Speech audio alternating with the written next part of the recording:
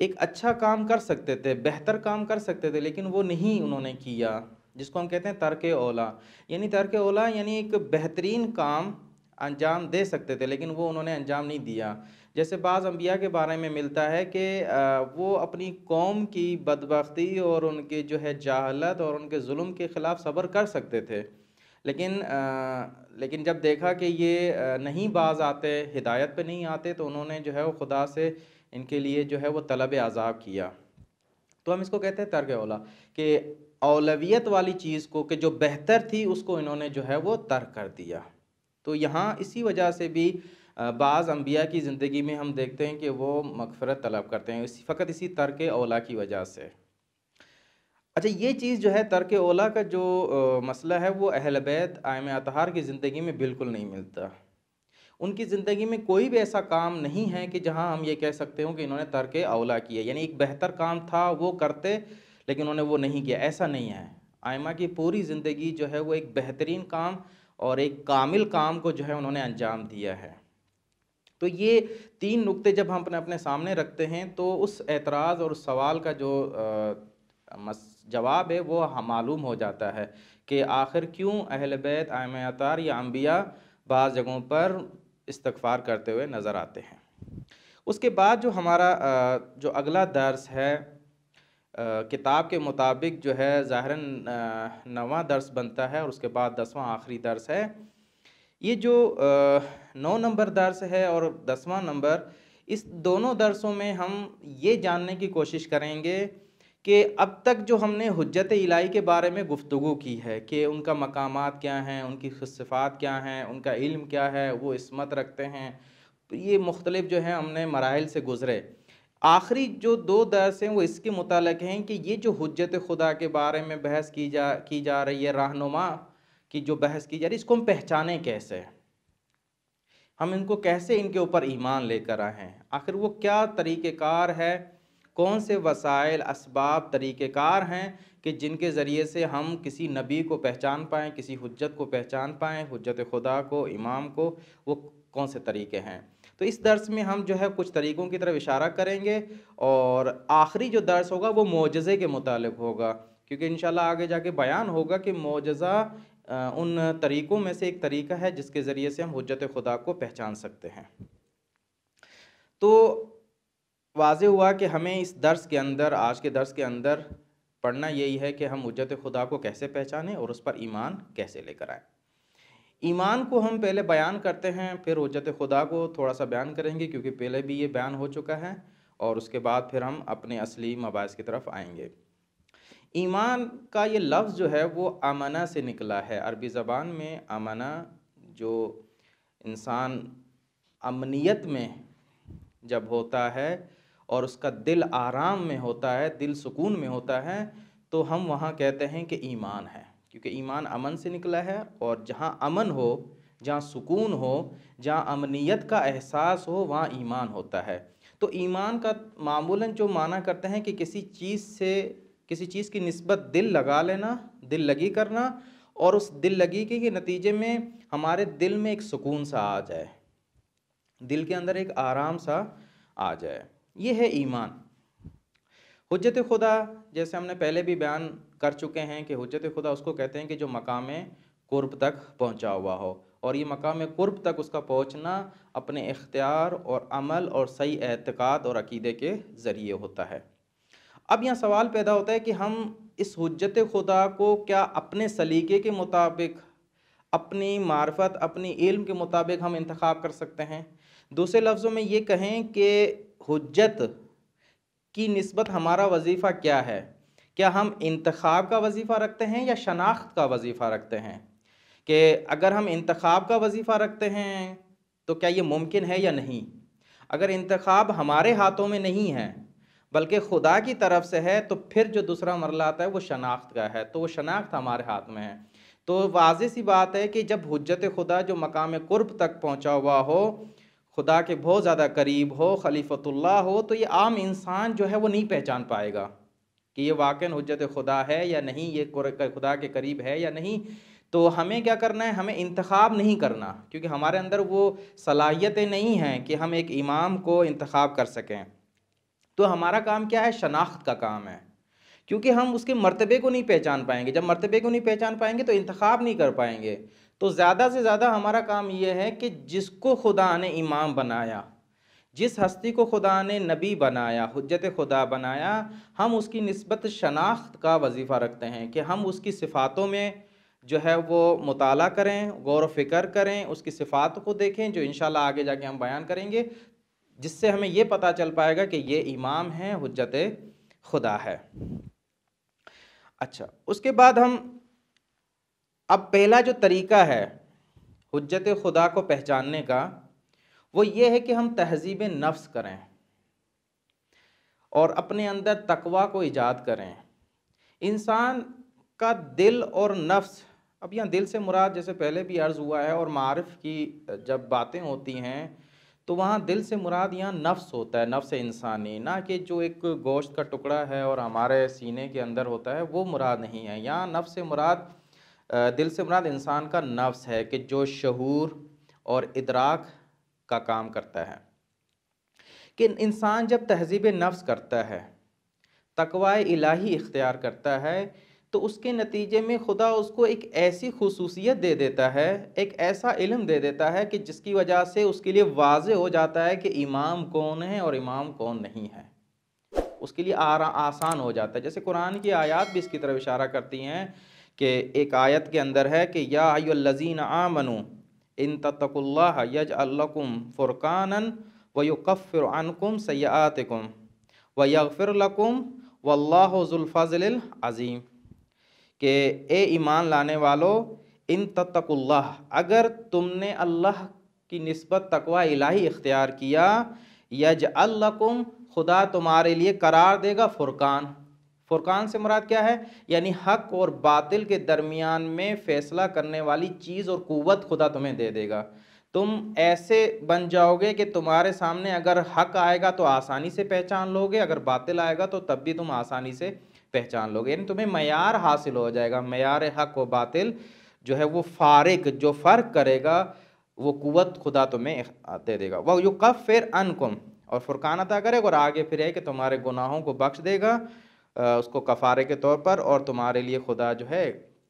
وہ جو گناہ ہوں گے وہ بھی معاف کر دے گا. اور خدا جو ہے بہت بڑے فضل رکھنے والی جو ہے وہ ذات ہے. تو اس آیت کے اندر دیکھیں کہ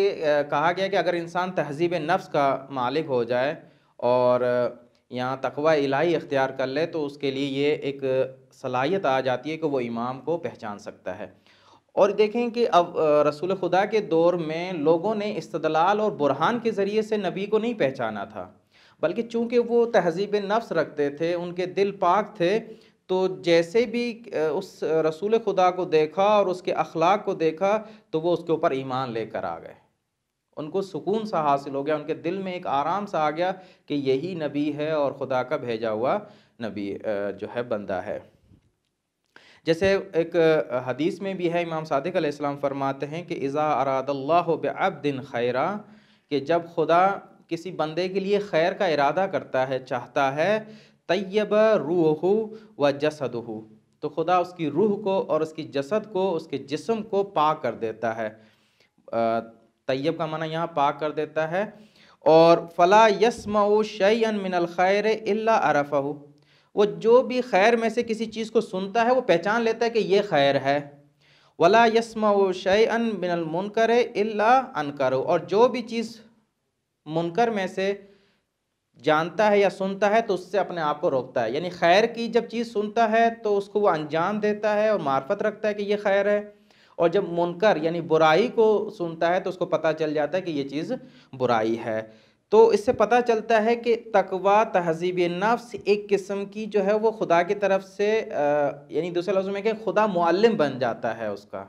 اگر انسان تزکیہ نفس کر لے، طہارت نفس حاصل کر لے اور اچھے کاموں کی طرف جائے تو اس کو جو ہے وہ خدا تعلیم دیتا ہے. اب یہاں ایک سوال ہو سکتا ہے کہ یہ شخص کہ جو ابھی تک نہ انبیاء کو اس نے پہچانا ہے، نہ انبیاء پر ایمان لے کر آیا ہے، نہ جو ہے وہ اس کی تعلیمات کو جانتا ہے، تو یہ تقوی حاصل کیسے کرے گا؟ یہ تہذیب نفس کرے گا کیسے؟ کیونکہ تہذیب نفس کرنے کے لیے دین چاہیے، دین کے احکامات چاہیے، وہ دین پر عمل کرے جس کے نتیجے میں اس کو تہذیب نفس ہو۔ اور دین کس سے لے گا؟ نبی سے لے گا۔ اور آپ کہتے ہیں کہ نبی کو خود پہچاننے کا طریقہ تہذیب نفس ہے، تو یہ منطقی زبان میں ایک قسم کا دور ہو گیا کہ آپ تہذیب نفس کے ذریعے سے نبی کو پہچان رہے ہیں اور نبی کی تعلیمات کے ذریعے سے تہذیب نفس حاصل ہو رہا ہے، تو یہ کیسے ہو سکتا ہے؟ تو کہتے ہیں اس کے جواب میں یہ کہتے ہیں کہ ضروری نہیں ہے کہ تہذیب نفس کے لیے انسان کو ادیان الہی کی ضرورت ہو، ایک کسی دین کی ضرورت ہو، نبی کے پیغامات، نبی کی تعلیم کی ضرورت ہو، بلکہ انسان اپنی فطرت کو دیکھتے ہوئے، اپنی عقل کی جو اس کے احکام جو بیان کرتی ہے، عقل جو کام بیان کرتی ہے، اس پر عمل کرتے ہوئے وہ تہذیب نفس کر سکتا ہے۔ کیونکہ ہم جانتے ہیں، مثال کے طور پر ہم جانتے ہیں کہ ماں باپ کا احترام کریں، ان کو اذیت نہ پہنچائیں، ہمسائے جو ہیں ان کا بھی احترام کریں، کسی کی غیبت نہ کریں، کسی پر بہتان نہ باندھیں، اور کسی کو کوئی نقصان نہ پہنچائیں، اور اسی طریقے سے اپنا ٹائم جو ہے وہ بیکار چیزوں میں مثلا ضائع نہ کریں، صبح سویرے اٹھیں۔ تو یہ معمولاً جو چیزیں ہیں، عقل اس کی طرف، فطرت اس کی طرف ہمیں لے جاتی ہے کہ کچھ اچھے کام ایسے ہیں کہ جو انسان اگر عقل کی بات مانے تو کر سکتا ہے، اور اسی عقل پر اور اسی فطرت پر عمل کرتے ہوئے انسان کچھ نہ کچھ تہذیب نفس کر سکتا ہے اور اپنے نفس کو پاک کر سکتا ہے، اور اس حد تک لے کے آ سکتا ہے کہ خدا پھر اس کے لیے معلم بن جائے اور اس کو تعلیم دے۔ اور جیسے عرض ہوا، پچھلے زمانوں میں جب انبیاء کے زمانہ ہوتا تھا یا ائمہ اطہار کا، لوگ ان کے اخلاق سے اور ان کے کردار سے ان کو پہچانتے تھے، کیونکہ وہ خود بھی پاک تھے، اور آگے سے جب وہ پاک چیز دیکھتے تھے، نورانی چیز دیکھتے تھے، تو یہ فوراً اس پر ایمان لے کر آتے تھے۔ یہ پہلا جو ہے طریقہ تھا نبی کو پہچاننے کا، تہذیب نفس کا۔ دوسرا جو طریقہ ہے وہ یہ کہ جو معمولاً ہم کتابوں میں پڑھتے رہتے ہیں کہ پرانی کتابوں میں جو آسمانی کتابیں تھیں پچھلی گزشتہ، اس کے اندر اس نبی کی جو ہے وہ ذکر موجود ہو۔ جیسے ہم کہتے ہیں کہ انجیل کے اندر جو حضرت عیسیٰ علیہ السلام کے اوپر نازل ہوئی، اب چونکہ حضرت عیسیٰ کو ہم نبی مانتے ہیں، معصوم مانتے ہیں، اس کی کتاب کے اندر، انجیل کے اندر یہ ذکر موجود ہے کہ ایک نبی جو ہے ان کے بعد آئے گا، تو اس کی گواہی سے، اس گزشتہ کتابوں کی، پچھلی کتابوں کی گواہی سے بھی کسی نبی کو ہم ثابت کر سکتے ہیں اور اس نبی پر ہم ایمان لے کے آ سکتے ہیں۔ اگرچہ آج کل کہا جاتا ہے کہ ان کتابوں کے اندر تحریف ہو گئی ہے، لیکن احتمالات کی بنیاد پر ہم اگر یہ مل جاتا ہے ان کسی بھی نبی کا نام ان آسمانی کتابوں میں، تو ایک قسم کا انسان کو اطمینان حاصل ہو جاتا ہے کہ یہ بھی نبی ہیں۔ اور کہتے ہیں کہ یہ چونکہ عبرانی زبان میں کتابیں لکھی گئی ہیں، تو شاید ہمارا ان سے جو ہے وہ مطالعہ کرنا یا ہم نہ پہچان پائیں، تو کہتے ہیں کہ کتاب والے کہتے ہیں کہ ایک راہ سعادت کتاب ہے علامہ شعرانی کی، جو آگے جوادی آملی اور آگے حسن زادہ آملی کے استاد رہ چکے ہیں، اور واقعاً بہت زیادہ فنون اور علوم پر مہارت رکھتے تھے۔ انہوں نے ایک کتاب لکھی ہے راہ سعادت کے نام سے۔ انہوں نے اس میں جو ہے وہ انجیل اور تورات کے حوالے سے کے اندر جو گواہیاں اور پیشگوئی جو ذکر ہوئی ہے ہمارے نبی کے حوالے سے، وہ انہوں نے وہاں بیان کی ہے، کیونکہ یہ عبرانی زبان پر مسلط تھے، عبور رکھتے تھے۔ تو اگر انسان اس کتاب کی طرف رجوع کرے تو کافی حد تک جو ہے وہ معلومات مل سکتی ہیں۔ اس کے بعد جو تیسرا طریقہ ہے وہ ہے معجزے کا طریقہ، کہ معجزے کے ذریعے سے ہم کسی نبی کو پہچان سکتے ہیں اور اس پر ایمان لا سکتے ہیں۔ اب یہ معجزہ کیسے لاتا ہے، خود معجزے کے حوالے سے ہم اگلے درس میں بحث کریں گے، لیکن یہ کیسے لاتے ہیں کہ واضح سی بات ہے کہ جب ایک حجت خدا چونکہ مقام ولایت تک پہنچتا ہے، مقام قرب خدا تک پہنچتا ہے، تو اس کے پاس ایسا علم ہوتا ہے اور ایسی قدرت ہوتی ہے جو عام انسانوں کے پاس نہیں ہوتی۔ یہ غیر عادی قدرت کے مالک ہوتے ہیں، اور عام انسانوں سے زیادہ علم کے جو ہے وہ مالک ہوتے ہیں۔ تو ان دو چیزوں کی بنیاد پر جو ان کو ولایت کے مقام پر پہنچنے کے بعد حاصل ہوتی ہیں، علم اور قدرت، ایک غیر عادی قدرت، وہ اس کے توسط سے جو ہے وہ معجزہ لے کر آتے ہیں۔ تو معجزہ بھی ایک جو ہے وہ طریقہ کار ہے کسی نبی کو پہچاننے کا، اور آپ بہتر جانتے ہیں کہ قرآن کے اندر معمولاً ہر نبی کا جب ذکر ہوا ہے تو اس کے معجزے ذکر کیے گئے ہیں، اور اپنے اپنے زمانے کے حساب سے جو ہے وہ ہر نبی ایک معجزہ لے کر آیا ہے۔ وہ انشاءاللہ ہم اگلے درس میں اس کو بیان کریں گے کہ معجزے کی مختلف شکلیں اور اقسام رہی ہیں۔ اس کے بعد جو چوتھا اور آخری طریقہ ہے وہ یہ ہے کہ ہم اس طریقے سے ہم پہچانیں علم کے طریقے سے۔ مثلا اس کو میں واضح کروں کہ دیکھیں، ہم معمولاً جب ایک کسی چیز میں مہارت رکھنے والا متخصص اسپیشلسٹ کسی علم کے اندر کسی شخص کے پاس جائے اور اس سے کوئی سوال کرے اور وہ سوال اس کو بالکل صحیح جواب دے تو وہ انسان یہ کہتا ہے کہ یار یہ کوئی عظیم شخص ہے، اس کی جو ہے وہ اطاعت کرنی چاہیے، اس کی پیروی کرنی چاہیے، کیونکہ میں اتنا عرصہ اس علم کے اندر کام کیا ہے اور یہ شخص جو ہے بغیر کسی کے ہاں پڑھے اگر یہ ان چیزوں کا جواب دے دیتا ہے تو اس کا مطلب یہ کیونکہ عام انسان نہیں ہے، خدا کی طرف سے بھیجا ہوا کوئی نبی ہے۔ تو ائمہ کے دور میں بھی، انبیاء کے دور میں بھی ایسا رہا ہے کہ لوگ آتے تھے اور ان سے اتنے مشکل سوال کرتے تھے، جب وہ آسانی سے جواب دے دیتے تھے تو ان کو یقین سا ہو جاتا تھا کہ یہ بہت بڑے عالم ہیں، ایک خاص علم کے مالک ہیں، چونکہ وہ دیکھتے تھے کہ انہوں نے کہیں پڑھا ہوا نہیں ہے، کسی استاد کے پاس نہیں پڑھا، تو یقیناً یہ کہیں سے انہوں نے علم کو لیا ہے اور یہ باعظیم شخصیت ہیں۔ اور جب اس طریقے سے کسی کے اوپر اعتقاد آ جائے، کسی شخصیت کے اوپر کہ وہ بہت عالی علم کو، علم زیادہ علم کا مالک ہے، ایک غیر عادی علم کا مالک ہے جو عام انسانوں کے پاس نہیں ہے، تو وہ شخص جب کہتا ہے کہ میں امام ہوں یا نبی ہوں تو وہ فوراً اس کے جو ہے مان لیتا ہے۔ کتاب احتجاج کے اندر جو طبرسی نے لکھی ہے، طبرسی رحمۃ اللہ علیہ نے، ان میں ایسے ہی ہے کہ جب ہم ان کے دیکھتے ہیں کتابوں میں تو ایک شخص آتے ہیں، لوگوں ائمہ سے سوال کرتے ہیں اور جب ان کو جواب ملتے ہیں تو وہ گویا کہ یقین سا ان کو حاصل ہو جاتا ہے، مطمئن ہو جاتے ہیں کہ یہ عام شخصیت نہیں ہے، یہ ایسی شخصیت ہیں کہ ان کی اطاعت کی جائے، ان کے سامنے خضوع کیا جائے۔ اور یہ عقلائی طریقہ بھی ہے، عقلی طریقہ بھی ہے، عقل بھی اس کو مانتی ہے کہ جب خود سے برتر کو انسان دیکھتا ہے اور اس کے علم کامل علم کو دیکھتا ہے تو انسان چاہتا ہے کہ اس کے سامنے جو ہے وہ خضوع اور خشوع کرے اور اس کے سامنے جو ہے اپنے آپ کو تسلیم کر دے اور اس کی اطاعت کرے، یعنی اس کی جو ہے وہ اس کو ماننے لگے کہ یہ میری ہدایت کر سکتا ہے، میری رہنمائی کر سکتا ہے۔ یہاں خضوع اور خشوع سے مطلب یہ نہیں لیجیے گا کہ بھئی یہ تو حالت فقط خدا کے سامنے ہو سکتی ہے، چونکہ یہ بھی خدا کے بھیجے ہوئے بندے تھے اور کمال کے مالک تھے، کمالات کے مالک تھے۔ جب ان کے اندر ہم کمال دیکھتے تو گویا کہ اس خدا کے کمال کی تجلی کو دیکھتے ہیں اور اس کے سامنے ہم خضوع اور خاضع ہوتے ہیں اور ان کے سامنے تسلیم ہوتے ہیں۔